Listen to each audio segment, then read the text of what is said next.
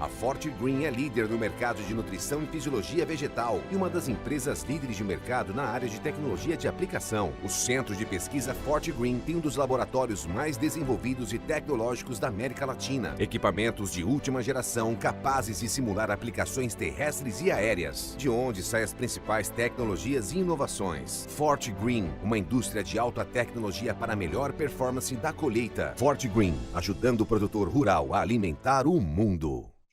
Bom dia a todos, sejam bem-vindos ao lançamento da segunda edição do Outlook Global Fert.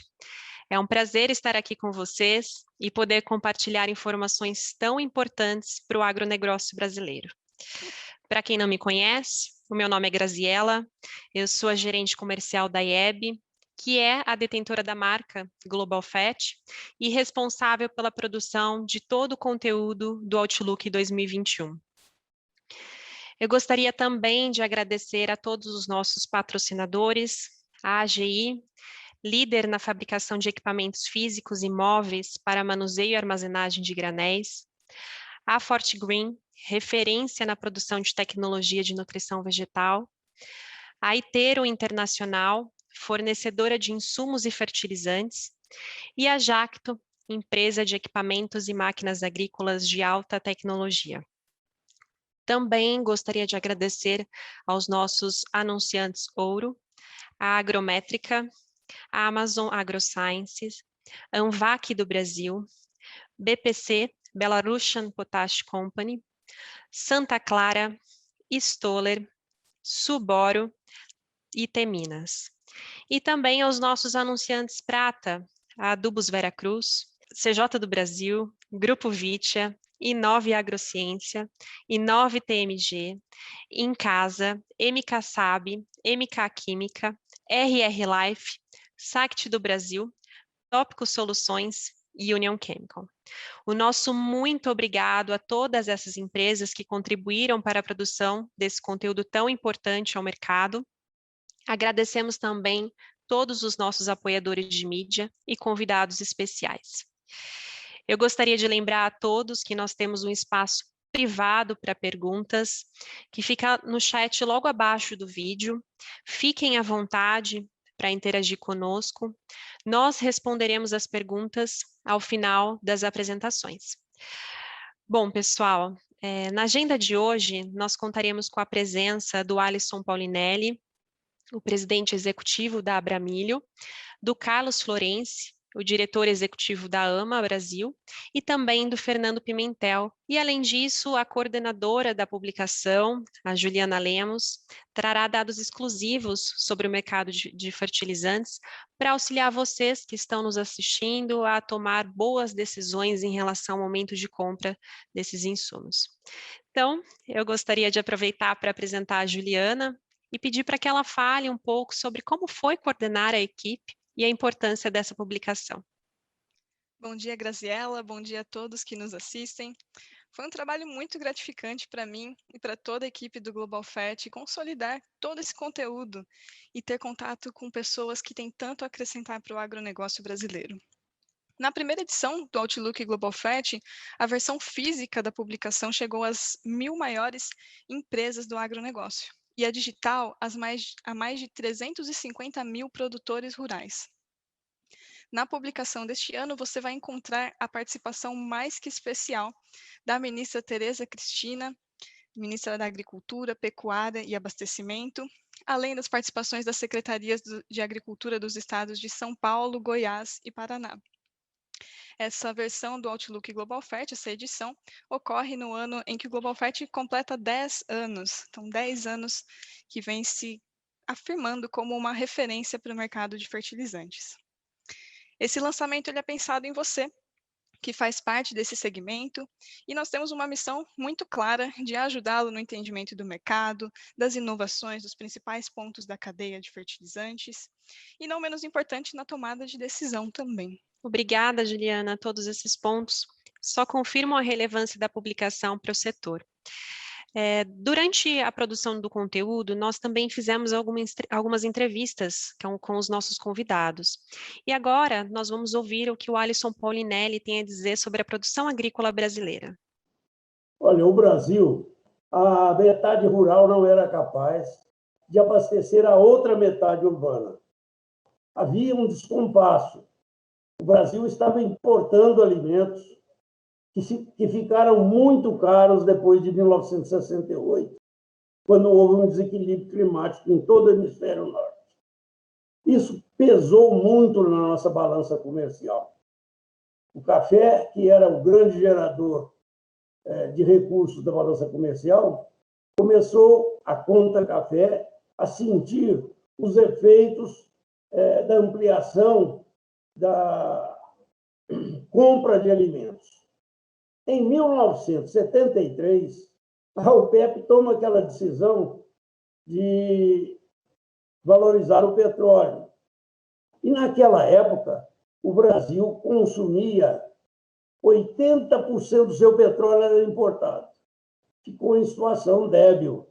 Dentro de, no máximo, 7, 8 anos, nós estaríamos quebrados e sem crédito internacional para comprar o que fosse necessário. Nós tínhamos de fazer alguma coisa. As terras férteis brasileiras já estavam sendo usadas. Tínhamos de buscar a outra solução. Você disse que em 1970 o Cerrado não tinha conhecimento de ser produtivo. Nós já tínhamos alguma pesquisa pioneira realizada no IPEACO, do governo federal em Sete Lagoas, como também pelo IRI, International Institute, Research International Institute. Lá nós descobrimos que já existia alguma pesquisa mostrando na possibilidade de se incorporar ao Cerrado a um processo produtivo inicial. Projeto de política pública chamado PCRI, nós conseguimos comprovar que o produtor mudava se ele tivesse apoio. Ele saía daquela agricultura incipiente, uma agricultura que era de subsistência, não dava condição de ter produtividade, não usava nenhuma tecnologia. Começamos a mudar o Cerrado. Fui convocado para o Ministério da Agricultura, imediatamente demos novo conceito à Embrapa, que já estava criada. Ela foi muito fortalecida. A começar, colocamos a possibilidade de contratar 1.000 novos profissionais, jovens, e se tivessem pós-graduação, eles entrariam direto. Se não tivessem, eles teriam de se classificar no concurso. Foi difícil para nós, porque na Embrapa, ainda sem nome, sem o prestígio que hoje tem, apareceram apenas 52 pós-graduados, o que não era necessário para nós. Tivemos de arrumar um recurso externo no Banco Mundial, no valor de 200 bilhões de dólares, e botamos esses 950 jovens do concurso da Embrapa, mais 462 das instituições estaduais e mais 100 das universidades que iriam nos ajudar na integração. Isso deu muito certo.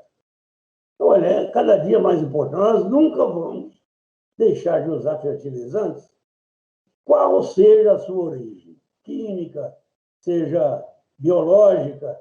O que nós vamos ter a cada dia é uma apuração de produtos que mantenham todas as qualidades que são exigidas pelos consumidores, especialmente pós-pandemia, que querem alimentos mais naturais. Eu insisto nisso. Acho que a nossa vez agora é caminhar nessa direção. Pontos interessantes que o Alisson trouxe para todos nós, Juliana, sobre a importância dos fertilizantes. Sim, apesar da entrevista ter sido curtinha, ela foi bastante rica em informações. Depois vocês podem consultar a entrevista na íntegra no site do Global Fert. E falando de entrevista, eu conversei também com uma autoridade quando o assunto é a mistura de fertilizantes. Falei com o Carlos Florense, da AMA Brasil. E perguntei para ele sobre o assunto da vez, na verdade desde o ano passado, que é como a pandemia tem impactado nesse mercado de fertilizantes, mas especificamente sobre a entrega desses produtos. Vamos conferir. Bom, primeiro agradecer a vocês, nós podemos estar juntos.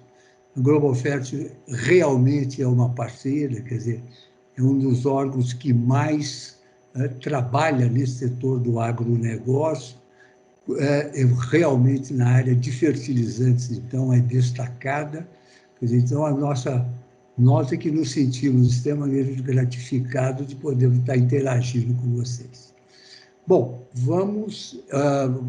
a sua pergunta é extremamente pertinente. Realmente, ao que sabemos, comemorando, passando exatamente há 100 anos que houve a gripe espanhola, né? Pouco mais, até 103 anos, e que foi uma coisa extremamente significativa, com marcas que deixou no Brasil, embora eu tenha nascido depois, mas tinham preocupações com relação a prevenções e de abrir trinco de porta, aquecimento de roupas e tal, que perduraram durante muito tempo. Né? Passar nota, que eu ouvia falar que passava nota na casa do meu avô e tal, coisas que se perduraram e não coisa. Indo para um setor específico nosso de fertilizantes, como nós sabemos, ele acompanha o movimento do agronegócio. E o agronegócio, por todas as razões, primeiro que ninguém pode parar de comer, então, e você continua, primeiro, comendo, se alimentando, obrigação de atender o mercado brasileiro, segundo, exportação, e é a razão do papel que ele vem desempenhando e que está desempenhando no mundo todo. Então, o segmento, dentro desse elo da cadeia de fertilizantes, se preparou adequadamente para não faltar nada dentro desse contexto, respondeu corretamente, não faltou nada de fertilizantes, ou se atendeu. Então, lógico que o problema da pandemia, esse continua, vamos ver até a hora que as coisas melhoram e que hoje eu li uma notícia boa de que a Fiocruz vai começar em maio agora a produzir vacinas em escala maior. Vamos ver que se nos atende a todos e que isso saia dessa preocupação para nós todos. Muito legal. O Carlos, que também participou da edição passada do Outlook Global Fert como um especialista, nesse ano também esteve conosco durante a entrevista. Bom, e agora vamos ao que o Fernando Pimentel tem a nos dizer sobre a redução da tensão comercial entre China e Estados Unidos e como isso pode afetar a demanda brasileira de grãos. A perspectiva para os produtores é bastante positiva, né? Viemos de uma safra, apesar de uma perda no Rio Grande do Sul, né? Por razões climáticas, bastante significativa.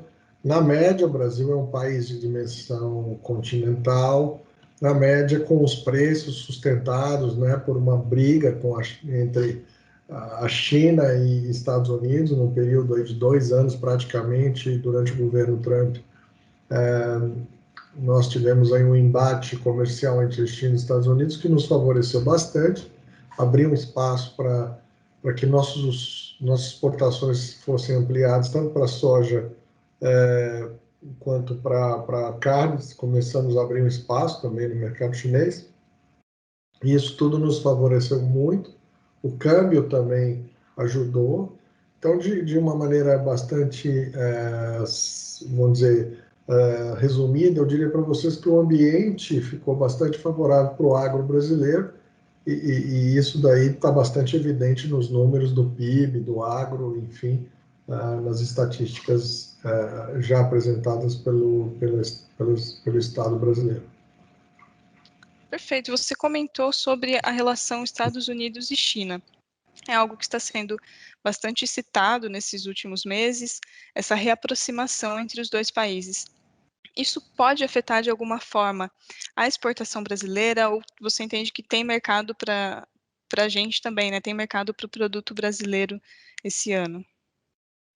Bom, essa reaproximação China-Estados Unidos a gente tem que colocar entre aspas, né? Porque existe muito conflito de interesses ainda nessa relação comercial com a China. É claro que aquele clima de embate que existia no governo Trump ele já diminuiu, mas existem interesses conflitantes, por exemplo, em relação a Taiwan e em relação ao expansionismo chinês na região do Mar da China. Isso incomoda os Estados Unidos, os aliados na Ásia. Então, essa questão geopolítica ainda existe. Mas, a despeito disso, a China não vai ficar, não vai direcionar o seu. Ela já declarou várias vezes, os ministros, né, do segmento comercial e industrial chinês, eles não vão direcionar a sua demanda para os Estados Unidos no segmento soja e carnes e milho, por uma questão simples. Eles não vão ficar ali criando um nível de dependência, eles vão continuar tendo, e tem essa necessidade de ter as suppliers do hemisfério sul, Brasil e Argentina, ter hemisfério norte, ter lá também na Rússia, na Ucrânia, suppliers importantes também mais próximos. Então, a China ela tem uma estratégia complexa de abastecimento. Então, não vejo que uma eventual redução da tensão comercial com a China vai nos afetar, até porque o estoque mundial de soja não é confortável. Então, vai seguir comprando bastante soja aqui do Brasil. Eu não tenho nenhuma dúvida que ainda vamos seguir com a sustentação de preços. É claro que nós podemos ter agora, se nós tivermos uma safra boa nos Estados Unidos, a soja pode vir a 12,5, 13 dólares. Pode, nós estamos a 14 agora. Pode cair $1 por bushel? Pode, mas isso é um preço ótimo ainda, né? Então, com a condição fiscal que o Brasil tem hoje, provavelmente o nosso câmbio não vai baixar de 5 dólares, então, de 5 reais. Então, não vamos ter uma situação aqui adversa de preço no médio prazo. Muito bom ter a honra de conversar com grandes nomes do agronegócio. Avisando a todos que essas entrevistas elas ficarão disponíveis na íntegra na página do Outlook Global Fert, e vocês poderão conferir junto com a publicação após a finalização do lançamento. Agora vamos com a apresentação sobre o conteúdo do Outlook, juntamente com as perspectivas para o mercado de fertilizantes. Juliana, o que você tem para nos mostrar? Compartilhando aqui a tela. Vamos para o conteúdo do Outlook Global Fert. Ele foi pensado para abordar cada um dos principais itens da cadeia de valor de nutrição vegetal. Então, quando nós olhamos a estrutura de como ficou o conteúdo desse material, ele foi distribuído em 14 capítulos. E esses capítulos estão divididos em 4 partes principais.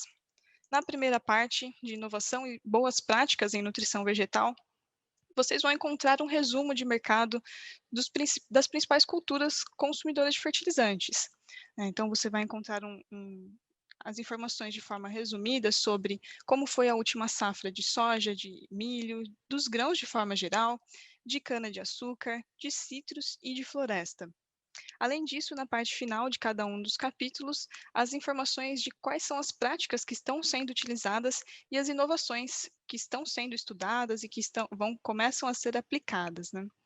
Na parte 2, nós colocamos em parte de indústria de matérias-primas e produtos de nutrição vegetal, onde nós vamos encontrar sobre o mercado, desde a produção, né, desde os NPKs, os macronutrientes, passamos pelos micronutrientes, temos também a parte de misturadoras, a parte de organominerais, orgânicos, remineralizadores, tudo isso você encontra na parte 2. A parte 3, com a distribuição de produtos de nutrição vegetal. Aqui nós vamos abordar o canal de vendas, né, desses produtos. Vamos falar sobre cooperativas, sobre revendas, os números mais recentes deste segmento. E por último, a parte 4 com inovações e boas práticas na aplicação dos produtos.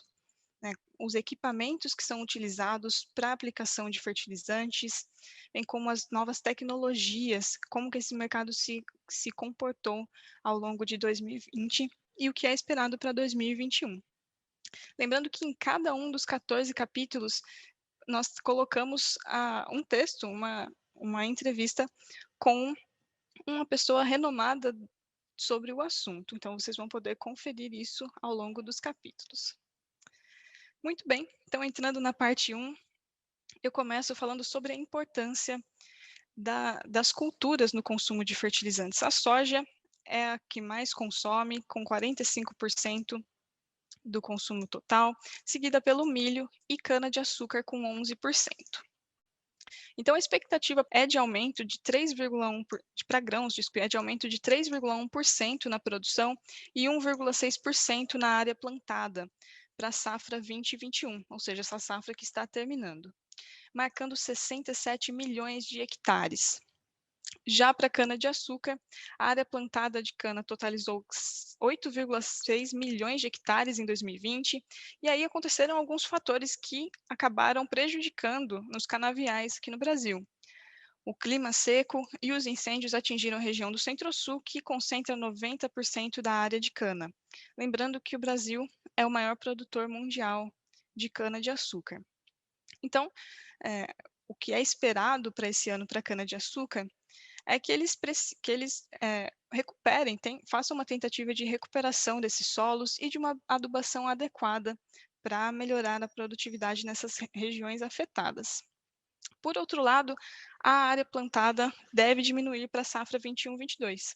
Isso porque a rentabilidade para a soja ela está melhor, né? Então, consequência dessa melhor rentabilidade, deve-se priorizar a soja do que a cana. As outras culturas, vocês também vão ver com mais detalhes no próprio Outlook Global Fert. Falando das tecnologias, inovações e tecnologias em nutrição vegetal para cada uma dessas culturas, dessas partes, a primeira que aparece aqui, que a gente colocou, é para grãos, que está sendo buscado cada vez mais formulações multielementares. Essas formulações elas são completas em micronutrientes, em nutrientes, os macros, né, primários e secundários, e elas têm não só o objetivo de nutrir a planta, mas também de deixá-la menos suscetível a doenças. Então, isso está sendo bastante utilizado nos grãos. Outra prática que é bastante utilizada também é a aplicação foliar, principalmente na soja. E a busca pelos biofertilizantes, que é uma tendência em várias culturas e que nós estamos acompanhando essa evolução desde o ano passado e que continua sendo uma tendência para 2021. Como o Alisson Paulinelli também falou na entrevista dele, que ficará disponível.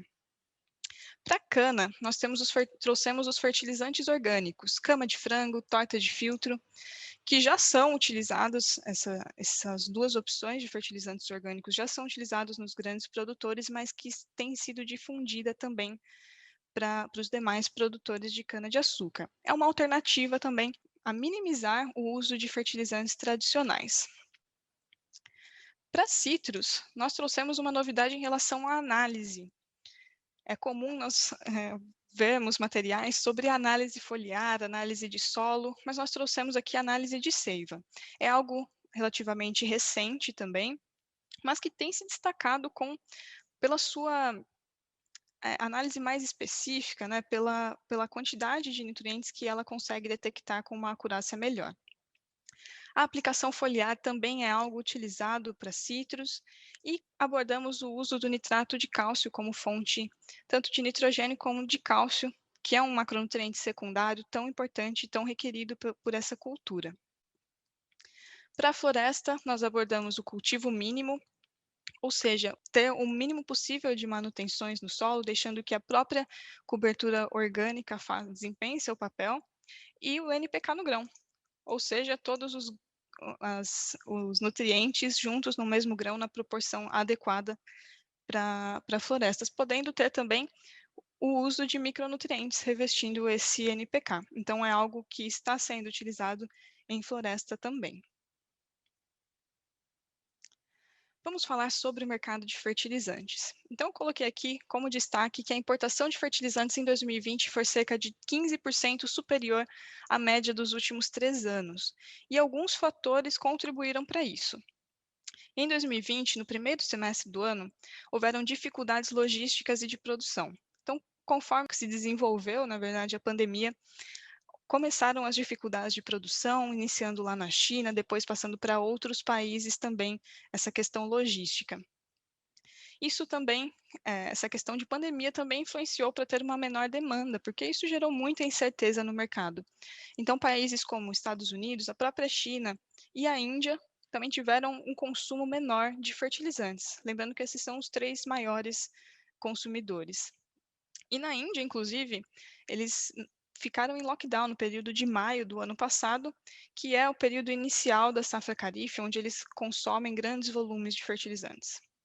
Então, fatores que levaram a uma queda nos preços de fertilizantes em torno de 18% em relação a 2019. Já no segundo semestre, a relação de troca ela ficou bastante favorável aqui para os principais produtos agrícolas. E também é um período característico de maior consumo de fertilizantes. Nós começamos a comprar mais, né? O Brasil começa a comprar mais a partir de agosto, setembro. Então, foi uma combinação de fatores de queda no preço dos fertilizantes com aumento da demanda aqui no Brasil. Então, isso levou realmente a uma alta em relação aos últimos 4 anos. Para 2021, o que nós esperamos é que essa tendência ela se reverta, né, em relação ao ano passado, isso já está acontecendo. Isso acontece pelo aumento no custo das matérias-primas, o petróleo, que está lá no início da cadeia de fertilizantes. Ele já começou desde o finalzinho do ano passado a recuperar o preço. Então, isso acaba interferindo. O preço do enxofre, do ácido sulfúrico, do fosfórico, do gás natural, do carvão mineral, que é usado também na fabricação de ureia, são matérias-primas importantes e que apresentaram altas, algumas até históricas, e devem contribuir para uma alta também no preço dos fertilizantes. A taxa de câmbio, que é um fator que influencia muito aqui para o Brasil, já que cerca de 80% do nosso consumo é importado, então acaba influenciando bastante. O encarecimento do frete, que está relacionado com essa dificuldade logística, de ter menos containers disponíveis, né, de ter filas nos portos para desembarcar e embarcar os produtos. Isso faz com que o custo do frete marítimo também tenha um aumento. Além do que o Brent, né, o barril de petróleo, também influencia muito no custo do frete.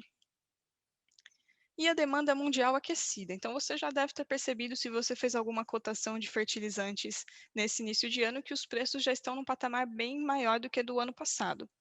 Um grande fator que contribuiu para isso foi a alta demanda nos Estados Unidos nos primeiros meses desse ano. Então, desde ali da primeira, segunda semana de janeiro, a demanda ficou bastante aquecida no mercado americano e aqui no Brasil também. Então, alguns produtores até anteciparam as compras, não só dessa safra 21-22, mas para a safra 22-23 também já começaram as negociações. Então, esses são os fatores principais para uma expectativa de alta nos preços para o próximo ano. E é isso que nós vamos ver de forma mais clara nos gráficos de cada uma das matérias-primas. Então, a gente colocou aqui que a tendência de recuperação de preço é de cerca de 36% em média, né, para os preços dessas principais matérias-primas. E fica aqui bem claro nos gráficos que os preços no ano passado estavam em níveis mais baixos, né? Para alguns produtos, como ureia, cloreto de potássio, chegou próximo ao custo de produção. Então, já era esperada realmente uma recuperação de preços. E até conversando com o Carlos Florenzi na entrevista dele, vocês vão conseguir observar isso. Ele me contou que enxerga isso como uma correção de preços, na verdade, porque isso já era esperado para o ano passado. Os preços do ano passado, na verdade, que estavam muito baixos por conta da pandemia, porque a demanda ela ficou mais aquecida no segundo semestre. Então, para esse ano, tem essa expectativa de alta. E aqui, relacionado com essas matérias-primas. Então, observem que ele não volta aos mesmos patamares de 2020, né, de preços baixos. Tem uma recuperação para nitrogenados, fosfatados e potássicos. Nas misturadoras NPK, nós atualizamos o número e agora são 513 unidades de mistura distribuídas nas regiões brasileiras, sendo que a concentração ela é maior na região sudeste, seguida pela região sul. E além disso, nós trouxemos uma informação muito interessante aqui, o Market Share 2020 atualizado. A Mosaic se mantém como a principal fornecedora com a maior fatia de mercado, com 28%, seguido pela Yara e pela Fertipar, muito próximas também. Depois temos a Fertilizantes Tocantins, do grupo Eurochem. A Cibra aparece aqui com 5%, Cibra que é forte em fosfatados, aparece no market share, se destaca. E a Eringer, que apresentou um aumento em relação ao último ano, saiu de 3% para 4%, então também estão em recuperação do seu espaço de mercado. Os outros fornecedores, eles ficam aqui em 5%. Essas informações com mais detalhes, o que aconteceu no mercado para ter essas mudanças, vocês vão encontrar no conteúdo do Outlook. Passando para a terceira parte, a parte de distribuição de produtos de nutrição vegetal, onde nós abordamos com mais ênfase as cooperativas e revendas. Nós identificamos, na verdade, que a venda de fertilizantes representa 12% do faturamento das cooperativas. Essas cooperativas que elas podem negociar, comercializar outros tipos de produtos, 56% da atuação das cooperativas ela está voltada para o segmento de insumos, então também é um dado novo sobre as cooperativas. Não só as cooperativas, como as revendas, têm um desafio enorme de fornecer fertilizantes nesse momento de pandemia, né, de tanta dificuldade logística para entregar os produtos. E no ano passado não tiveram problemas, os produtos aqui no Brasil foram entregues. Houve países, na verdade, que a entrega de fertilizantes ela foi muito prejudicada para os produtores. Mesmo produzindo a matéria-prima, eles não conseguiram enviar esses produtos por restrições de lockdown. E aqui isso não aconteceu. E o número de revendas, trouxe aqui um dado também recente, que cresceu 21% em relação a 2019. Totalizando 877 estabelecimentos registrados, que é esse mapa que nós vemos aqui ao lado, com a distribuição dessas revendas, desses estabelecimentos, que ficam mais concentradas também na região sudeste e sul. Por fim, a última parte do Outlook Global Fert, que fala sobre as boas práticas na aplicação de produtos de nutrição vegetal, e é impossível não abordar o tema que foram os desafios enfrentados pelo segmento em 2020.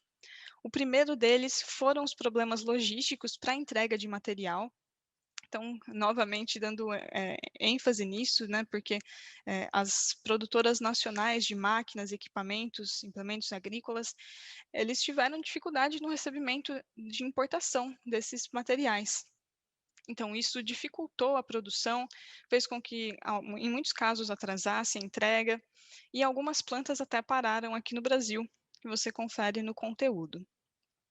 Também eles enfrentaram desafios em relação à alta de preços das matérias-primas, como o petróleo e o aço, que vocês também devem estar acompanhando, que apresentou aumentos nesse segundo semestre do ano. E, se você for cotar essas máquinas, esses implementos, você vai perceber que dificilmente tem um produto à pronta entrega. Os prazos para entrega para o consumidor final, eles aumentaram muito por todas essas questões que nós já abordamos. Mas mesmo com tantos desafios, né, com problemas logísticos, alta nos preços das matérias-primas, essa etapa da cadeia teve um crescimento de 12% nas vendas e um faturamento de 40 bilhões, segundo a ABMAC, que é a associação que monitora esse setor. Então, mesmo com tantos desafios que nós falamos ao longo dessa apresentação, o agro mostrou novamente a sua força, conseguindo entregar resultados mesmo nessa situação. recomendações importantes aí para quem compra matérias-primas e fertilizantes. Bom, pessoal, nosso tempo está acabando.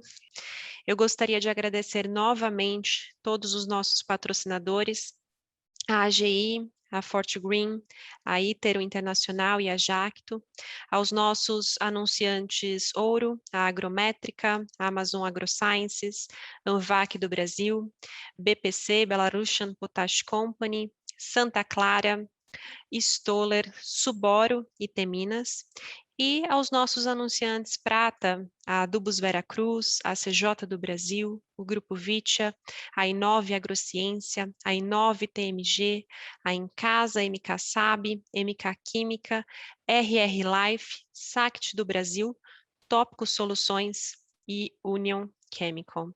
O nosso muito obrigado a todas essas empresas que contribuíram para a produção desse conteúdo tão importante ao mercado e também aos nossos apoiadores de mídia, parceiros e convidados especiais. Lembrando que encerrando o lançamento, vocês vão receber um e-mail com um link para download do Outlook. Então, todos devem receber o e-mail que foi registrado para entrar aqui na conferência. Eu agradeço a participação de todos vocês e até a próxima, pessoal. A Fortgreen é líder no mercado de nutrição e fisiologia vegetal e uma das empresas líderes de mercado na área de tecnologia de aplicação. O Centro de Pesquisa Fortgreen tem um dos laboratórios mais desenvolvidos e tecnológicos da América Latina. Equipamentos de última geração capazes de simular aplicações terrestres e aéreas, de onde saem as principais tecnologias e inovações. Fortgreen, uma indústria de alta tecnologia para melhor performance da colheita. Fortgreen, ajudando o produtor rural a alimentar o mundo.